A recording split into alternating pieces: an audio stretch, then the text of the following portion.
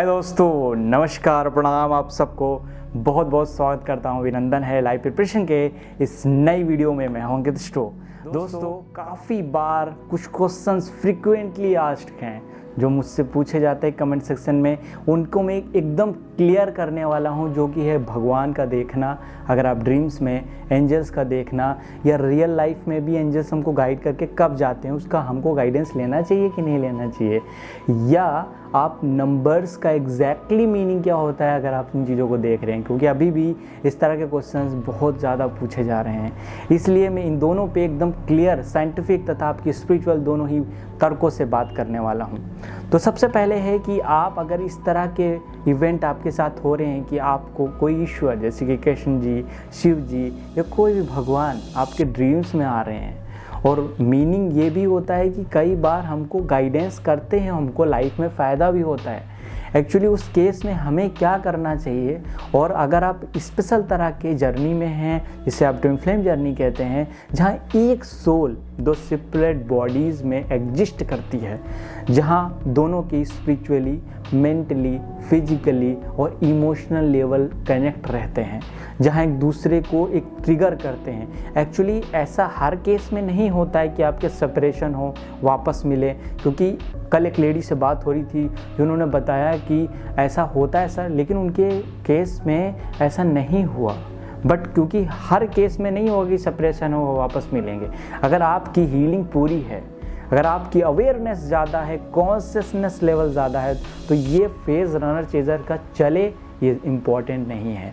अब वापस उन चीज़ों पे आते हैं। अगर आप इस जर्नी में हैं तो ये आंसर बहुत ज़्यादा ज़रूरी भी है। अगर आप इस जर्नी में नहीं भी हैं तो भगवान का दिखने का मतलब क्या होता है, गॉड के दिखने का मतलब क्या होता है। दोस्तों पहले मैं इसका पॉजिटिव सेंस बताऊंगा। जैसे कि पहली बात, 3 तरह के गुण होते हैं जो आप सब जानते हो, जो कृष्ण कहते हैं सत, तम और रज। अगर आप में सात्विकता बढ़ती है, आप फूड को अच्छे तरह से लेना शुरू कर देते हैं, जंक फूड नहीं लेते हैं, स्पिरिचुअली रूल्स और रेगुलेशंस को फॉलो भी कर रहे हैं, फिर भी कभी कभी हम इनको फॉलो नहीं करें तो तभी भी हमारी स्पिरिचुअल पावर या सात्विकता बढ़ सकती है।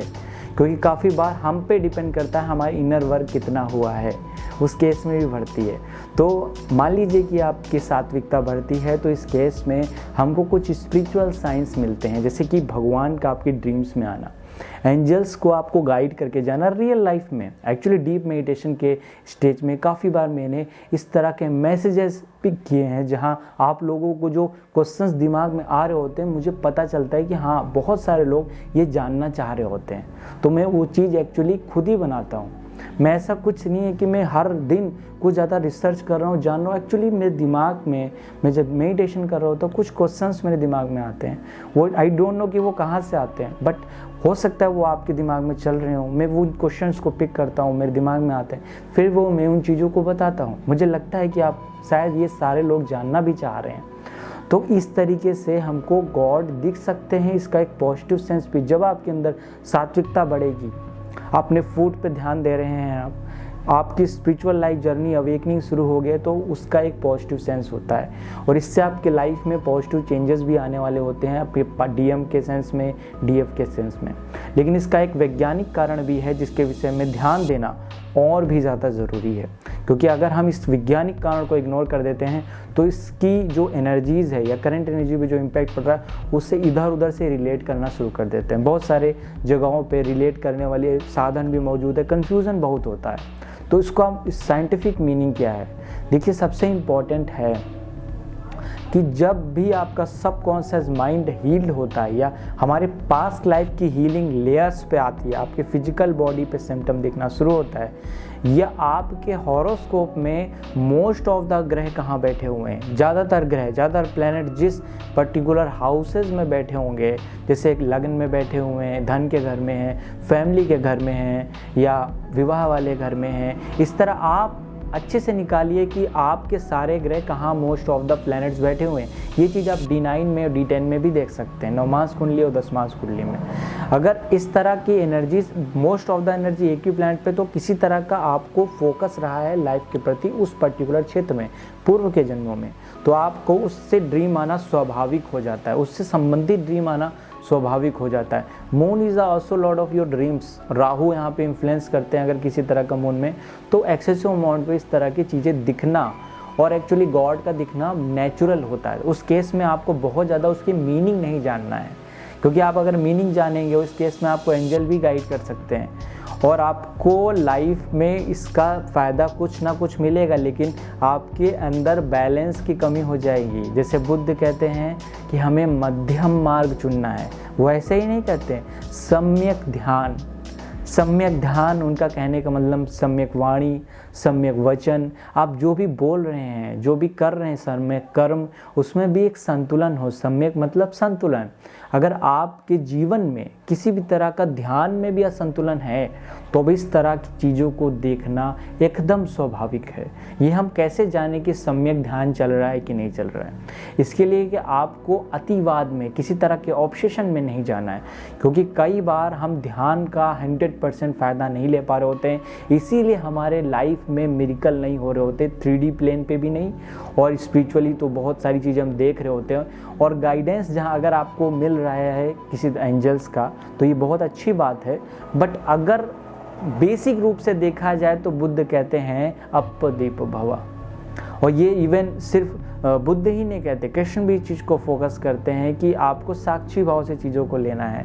इसीलिए बहुत सारे लोग इस जर्नी में ऑब्सेस्ड हो जाते हैं जानकर।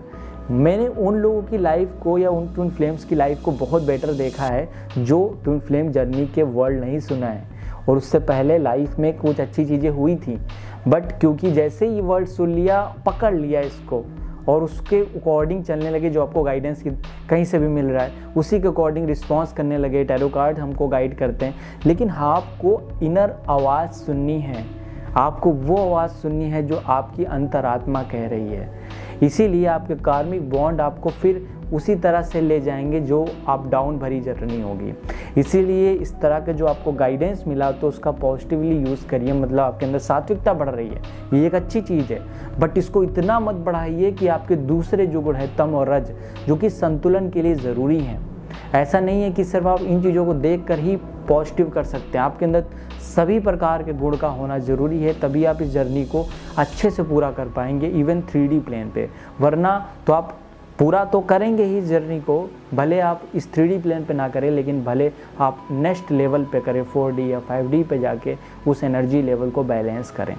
लेकिन हाँ, अगर आप इस तरह के ड्रीम्स देख रहे हैं तो उसका पॉजिटिव मीनिंग है, उसका यूटिलाइजेशन जरूर करिए, ये जानकर कि आपकी एनर्जी बैलेंस है कि नहीं है। और नेक्स्ट क्वेश्चंस पे आते हैं जो कि और भी इंटरेस्टिंग है, जो कि मैं इसके विषय का एक और कॉन्सेप्ट क्लियर करूँगा आगे, कि अगर आपको नंबर दिख रहे हैं लाइक रिपीटेड नंबर, उसमें एग्जैक्टली कई लोग मुझसे हॉरोस्कोप एनालिसिस के दौरान ये पूछते हैं कि सर ये में जो मीनिंग में बताया कि ट्विन फ्लेम जर्नी में आप हैं कि नहीं हैं, ये इल्यूजन नहीं है, या मान लीजिए कि स्पिरिचुअल जर्नी में भी हमको लगातार 1 1 2 2 3 3 दिख रहे हैं। एक्चुअली इसको हम रिलेट कैसे करें, क्योंकि इसमें बहुत कन्फ्यूज़न होता है कि ट्विन फ्लेम होने की वजह से मुझे ये दिख रहे हैं या हमारी स्पिरिचुअल अवेकनिंग हो रही है सिर्फ इस वजह से देख रही है, या कोई और रीज़न है। दोस्तों, इसका रीज़न कोई भी हो सकता है। एक्चुअली आपके जैसी एनर्जी होगी, यूनिवर्स हमको उसी तरह से रिफ्लेक्ट करेगा। यूनिवर्स हमको बार बार, काफ़ी बार, बहुत सारे नंबर दिखा के टॉर्चर नहीं करता है, कभी भी नहीं करता है। तो हम कैसे रिस्पॉन्स कर रहे हैं ये हम पे डिपेंड कर रहा है, बिकॉज हमारी एनर्जी टोटली हम पे डिपेंड है। अगर आपको कोई रिपीटेड नंबर बार बार दिख रहा है, मोबाइल से सोते उठते जागते हर जगह पे दिख रहा है, तो ये आपकी दिक्कत है पर्सनली। यूनिवर्स ने आपको गाइड किया, बस दूसरे को गाइड कर रहा है, उसके पास आप ही को फोकस करने का टाइम नहीं है।